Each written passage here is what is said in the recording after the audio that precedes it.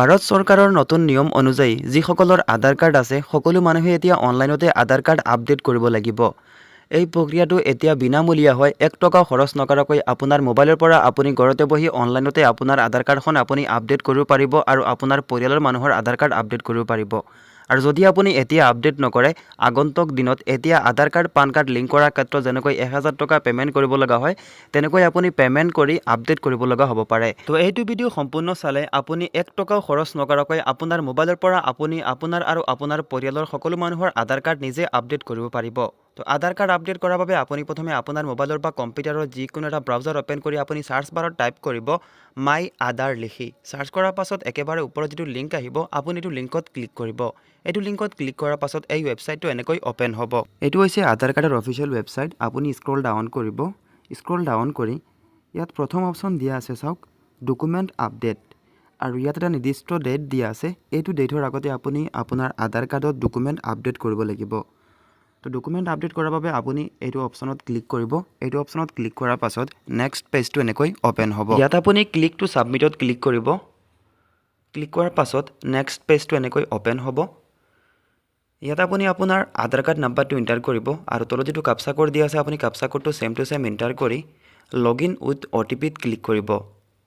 আপুনি যিজনৰ document update কৰিব বিচাৰে তেওঁৰ আধাৰ কাৰ্ড নাম্বাৰ এণ্টাৰ কৰি আপুনি লগইন উইথ OTPত ক্লিক কৰিব। ক্লিক কৰাৰ পাছত ৰেজিষ্টাৰ মোবাইল নাম্বাৰত এটা OTP আহিব। আপুনি OTPটো এইটো বক্সত এণ্টাৰ কৰিব লাগিব আৰু আপুনি লগইনত ক্লিক কৰিব।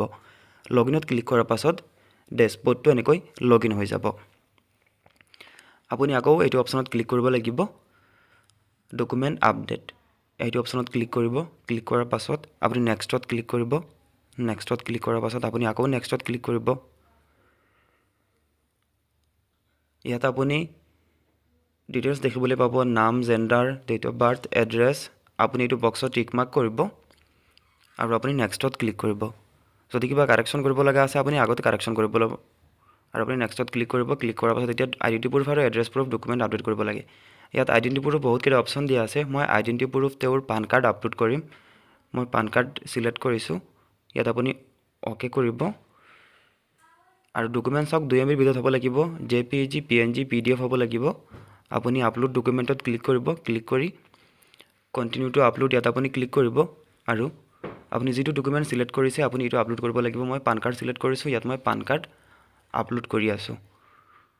চাওক 100% আপলোড হৈ গৈছে। এতিয়া মই স্ক্ৰল ডাউন কৰি এতিয়া মই এড্ৰেছ প্ৰুফ ছিলেক্ট কৰিম। ডকুমেণ্ট টাইপত মই ক্লিক কৰিছোঁ আৰু ইয়াত মই এড্ৰেছ প্ৰুফ তেওঁৰ ভোটাৰ ID কাৰ্ড দিম। আপুনি যি দিব বিচাৰে আপুনি ছিলেক্ট কৰিব পাৰে। মই ইয়াত ভোটাৰ ID কাৰ্ড ছিলেক্ট কৰিছোঁ। ইয়াত আপুনি অ'কেত ক্লিক কৰিব আৰু ভোটাৰ ID কাৰ্ড আপলোড কৰিব।